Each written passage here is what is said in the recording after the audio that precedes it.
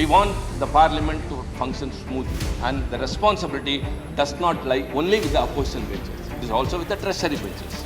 Sir, you observed to the rules. Sir, you told that our notices were not in order. You asked me to come and meet you in the chamber. I met you. You gave me some directions. Then I rectified it and sent a notice. I didn't receive anything, whether it was in form or not up to your expectation. Leave alone, sir, our notices and your rulings. What is the government doing? What's going on? And for too long, we have kept quiet. Why? Polarize or don't speak. What is happening in the churches in Assam? Why are they being burnt? They don't bother, sir. Whatever we speak, they don't take parliament into serious consideration. They don't listen to us. They don't bother what we speak. This is the first ever experience in all these 2 decades experience. A party who doesn't bother about the parliament and the debates and the what observations made by the opposition. How serious they are. We are serious. Though I don't understand Hindi, I am listening to the translation and listen what they speak. Please, confine to the subject. How many disappointments? Please go ahead. What was the big news after the budget? Big data point. 124 times the Prime Minister banged the desk in Lok Sabha. Trinamool Congress are more on to these figures. We want to give you some real numbers from Manrega, from jobs, from SC/ST budget. You're telling us 124 times banged. Petrol and diesel prices were hiked 78 times during this budget. And 14 times only between this year.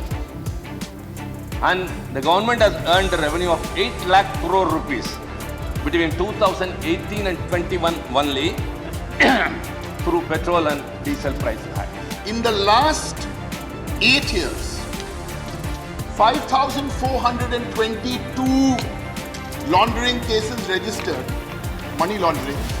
98% have been done in the last 9 years. Interestingly, only 1%, 25 people have been conducted by the ED. The BJP in its manifesto promised that the income of the farmers would be doubled. But what happened? It has not doubled. Rather, the price of DAP has increased from 1,200 to 1,350. The price of urea has not increased, but the quantity has been reduced from 50 kilograms to 45 kilograms. Mr. Modi, our Prime Minister, was the Chief Minister. We know that. And it hurts and pains me that somebody from Chief Minister who became Prime Minister, how can he start the economic blockade of states? How can he be against fiscal federalism? How can he squeeze the states of funds? But in this country, sir, in 2020 only, 5,579 farmers have committed suicide. That is 15 farmers per year. We call ourselves an agricultural country. Sir, SEBI also has a preamble. And the SEBI preamble is mandated with A, to protect the interests of investors in securities, to promote the development of the securities market, and to regulate the securities market. Why was SEBI sleeping? Why the inaction? They again say your GDP going high and all. 40% of the wealth generated in this country is owned by 1% of the population. And only 3% of the wealth trickles down to 50% of the population. My point today is that this government has weakened institutions consistently over the last 8-9 years. I can talk about Parliament, I can talk about RBI, SEBI, everyone. The enrollment of women in higher education is more than men, that is 27.9%. But the women employment has fallen down from 24% to 18%. If they so love women, bring the women's reservation bill to Parliament. Bring it, we will pass it in 2 days' time. Big talk. I don't want to do Beti Bachao, Beti Padhao, because then I'll tell you about the Wrestling Federation and what your MPs do to women.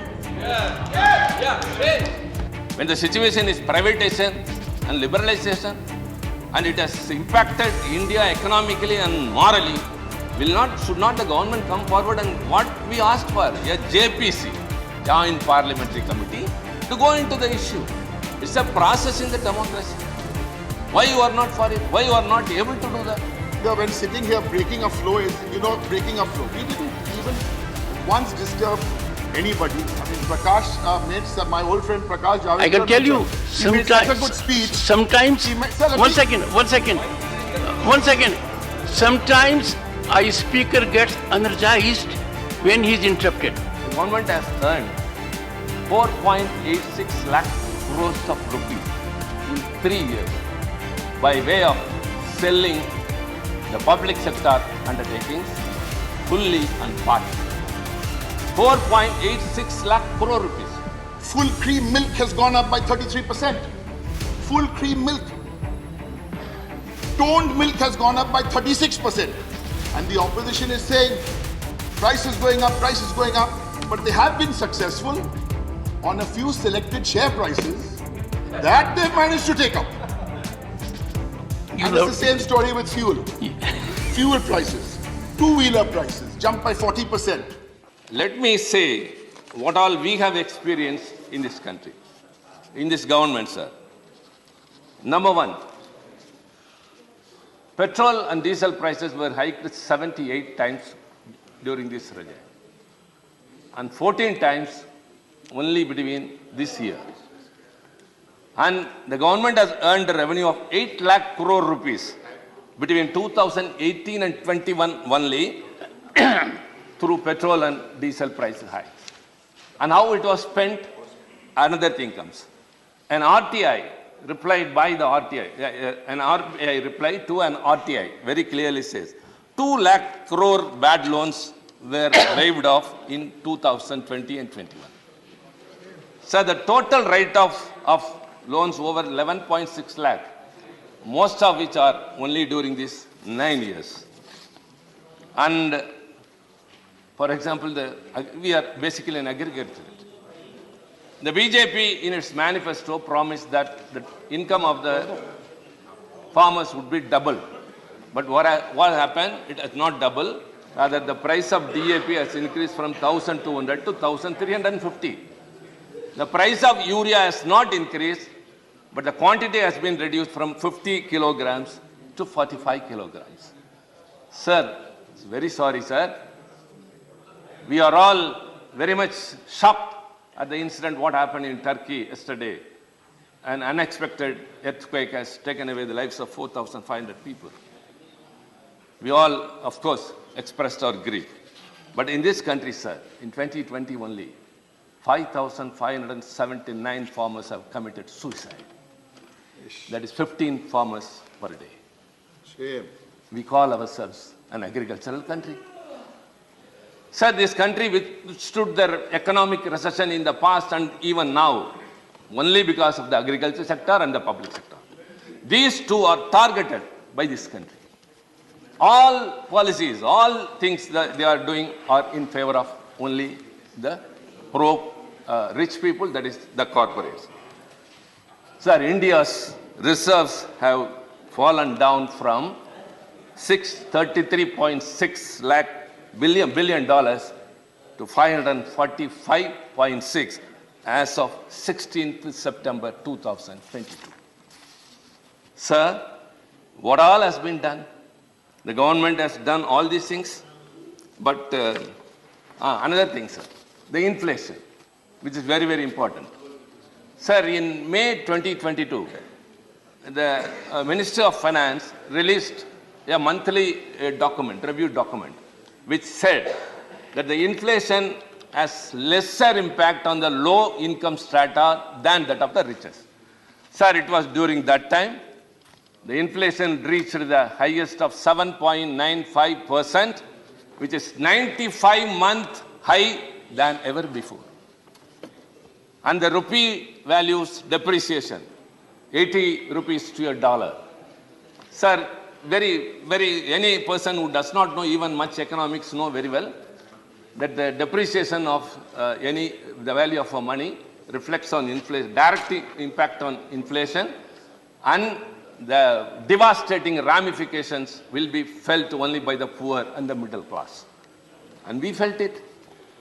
Sir, one more thing, sir, which would be shocking. They again say your GDP going high and all. 40% of the wealth generated in this country is owned by 1% of the population. And only 3% of the wealth trickles down to 50% of the population. Sir, when the President address speaks much about women and youth, I'd like to say, women population has increased. Dr. Lakshman, who moved the motion, said very proudly, and Javadekar, my friend, also told. And I would like to add to them one more. The enrollment of women in higher education is more than men, that is 27.9%. But the women employment has fallen down from 24% to 18%. So in the world, India constitutes more youth population, where unemployment prevails more. Sir, another thing, as I would like to second my friend Mr. Derek, who said that, quoting the President's address, the long-felt urge to be rid of the scourge of mega scams and corruption in government schemes is now being realized. That's what everyone spoke. Mr. Digvijay Singh spoke, and he also said, sir, for the past 4 days, the parliament didn't function. Of course, everyone felt, you felt very much for it. Sir, it was not deliberate. It is not our intention. We want the parliament to function smoothly, and the responsibility does not lie only with the opposition benches. It is also with the treasury benches. Sir, you observed to the rules. Sir, you told that our notices were not in order. You asked me to come and meet you in the chamber. I met you. You gave me some directions. Then I rectified it and sent a notice. I didn't receive anything, whether it was in form or not up to your expectation. Leave alone, sir, our notices and your rulings. What is the government doing? Should they not take cognizance of a big industry company, that is Adani, which is being talked by the media, that it is being discussed on TVs, on papers, and everything? What is the government doing? Why should it not come forward? When the situation is privatization and liberalization, and it has impacted India economically and morally, should not the government come forward? And what we asked for, a JPC, Joint Parliamentary Committee, to go into the issue. It's a process in the democracy. Why you are not for it? Why you are not able to do that? So the government is not intent. As he asked, what is SEBI doing? What are the other agencies doing? That apart, the government, which has to come forward. Sir, when we are asking for a JPC, they should have met you in the chamber or coordinated with the opposition parties and said, yes, we can resolve the issue. Let the parliament see. They cannot just go out and meet the media and say the opposition parties are eating taxpayers' money.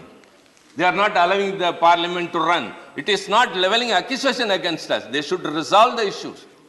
So the country is very much concerned about what has happened because of one corporate, which is being supposed to have been favored many a time by the government.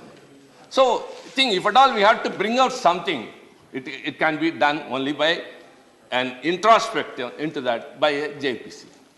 So that has been happening here. And now we are telling this number of things which are happening. And sir, the government has earned 4.86 lakh crores of rupees in 3 years by way of selling the public sector undertakings fully and partly. 4.86 lakh crore rupees. What for? Sir, the public sectors are considered to be the temples of economy. Why are you so much concerned? Sir, I will tell you 2 examples. I think, yes, within my time, I have confined to myself. There are 2 things that have not come to limelight. One is Videocon. Videocon is a well-known company which has become bankrupt. But it has borrowed rupees. Please, honorable members. Honorable members. I am talking about your government. Okay. I am talking about your government.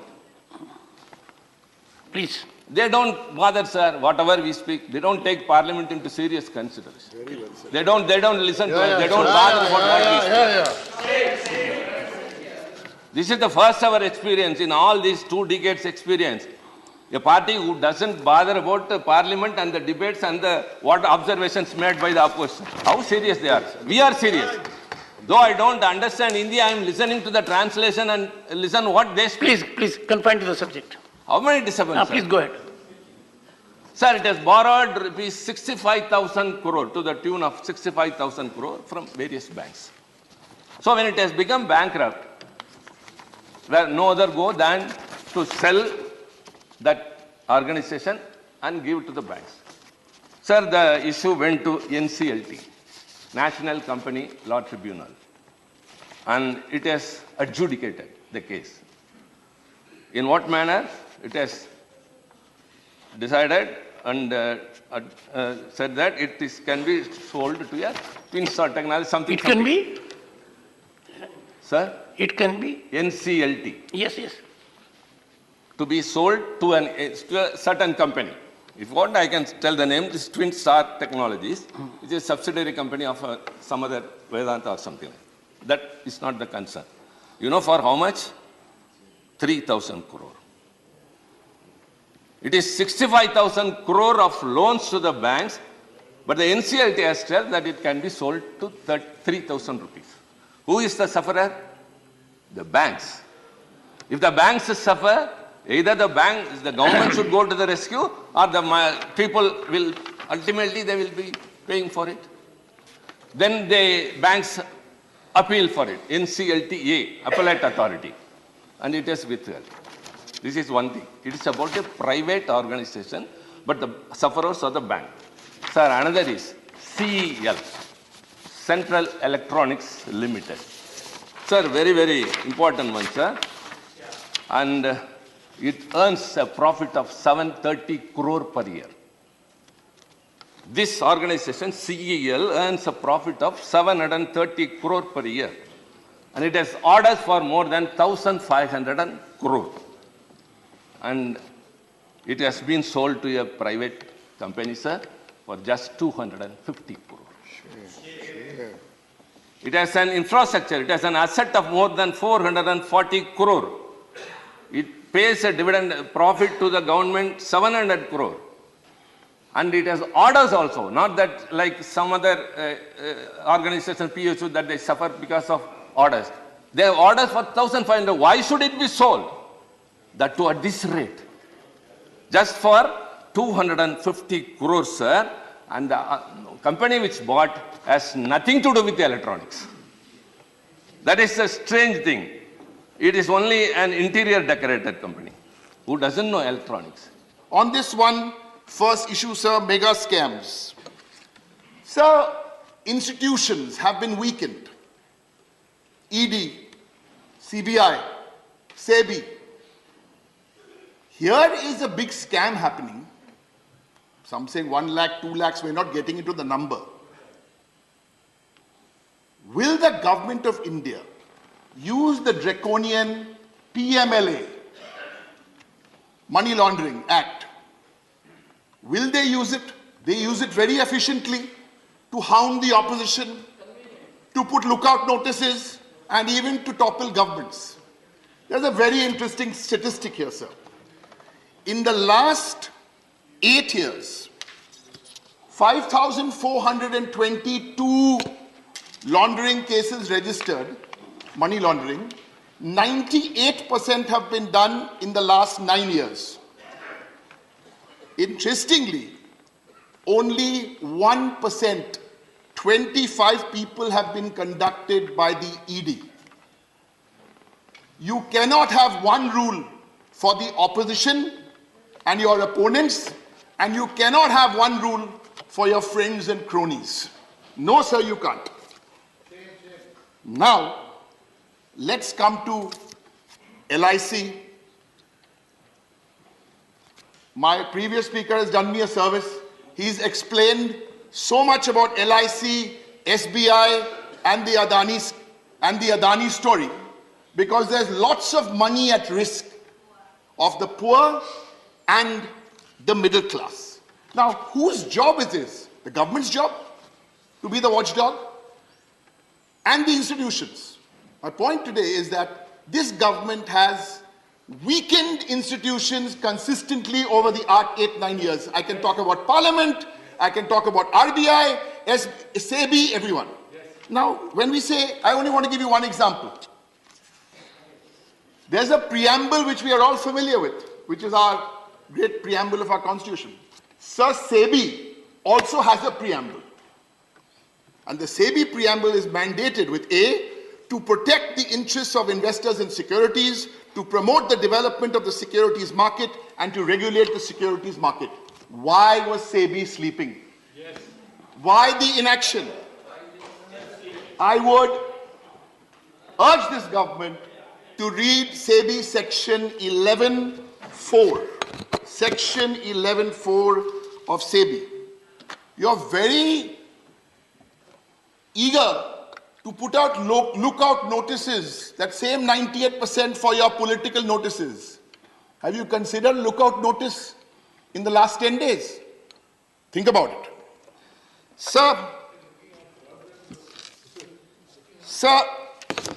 these are big issues of corruption.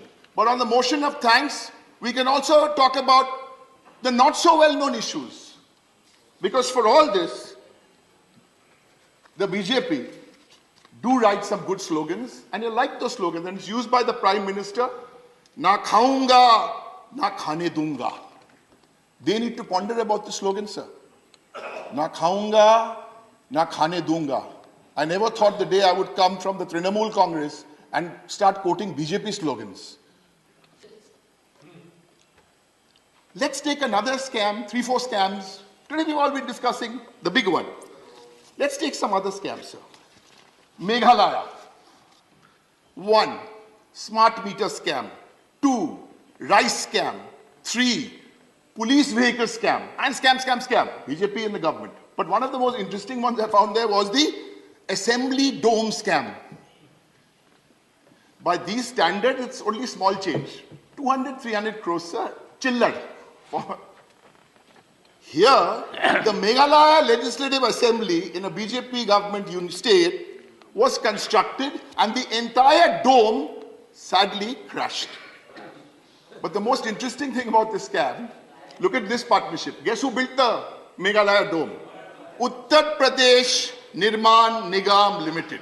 This is true federalism in the worst possible sense. Who is responsible, sir? Who is responsible?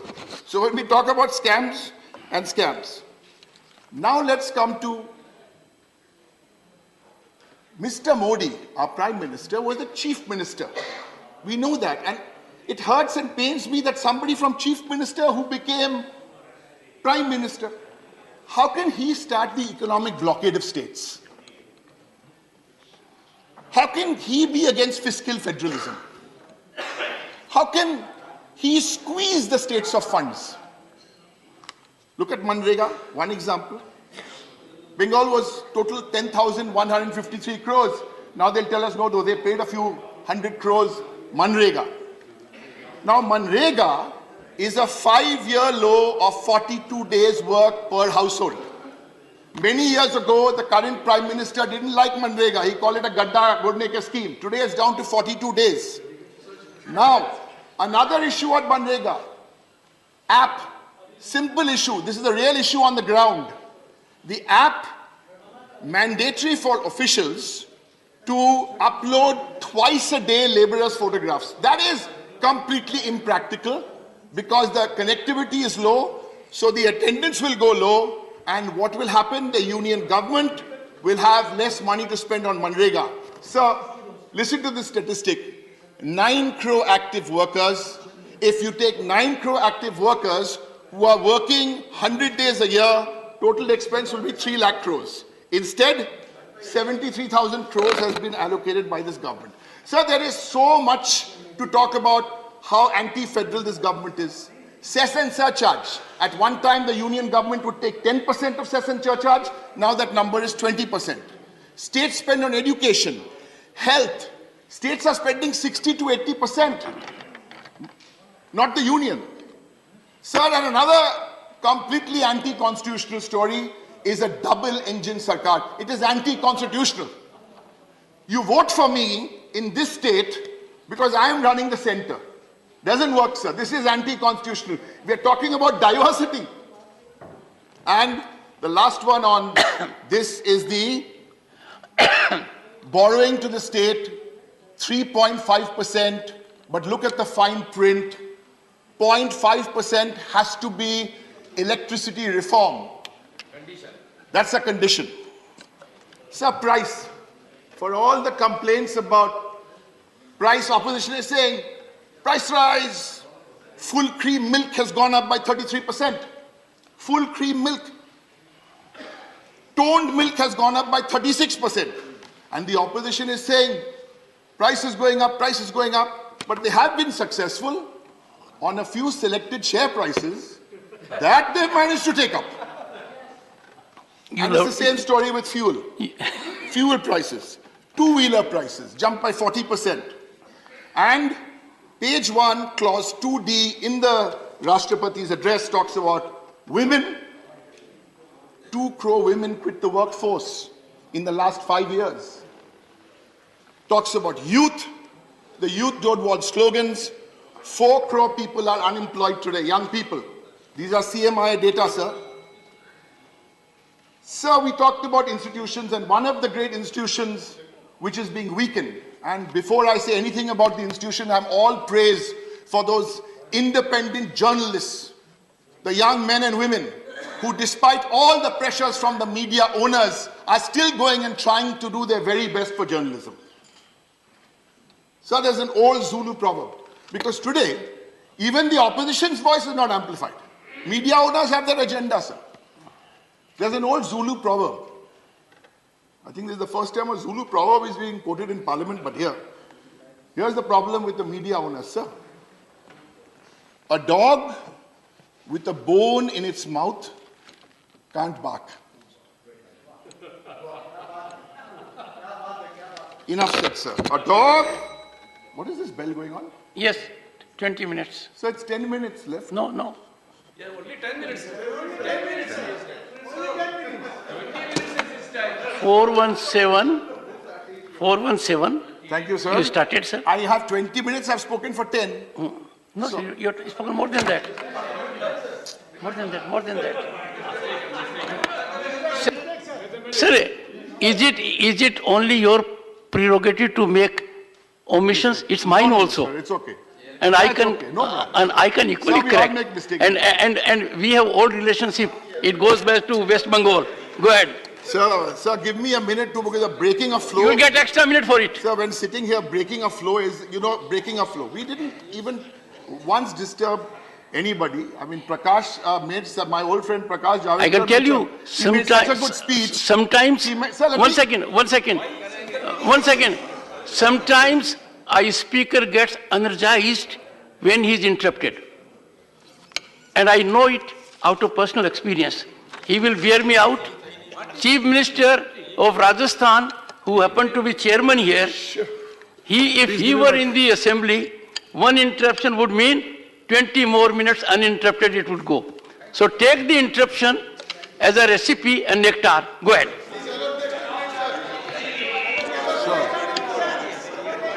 Go ahead. Sir, I'm allergic to nectar or amritkal of any kind. So, sir,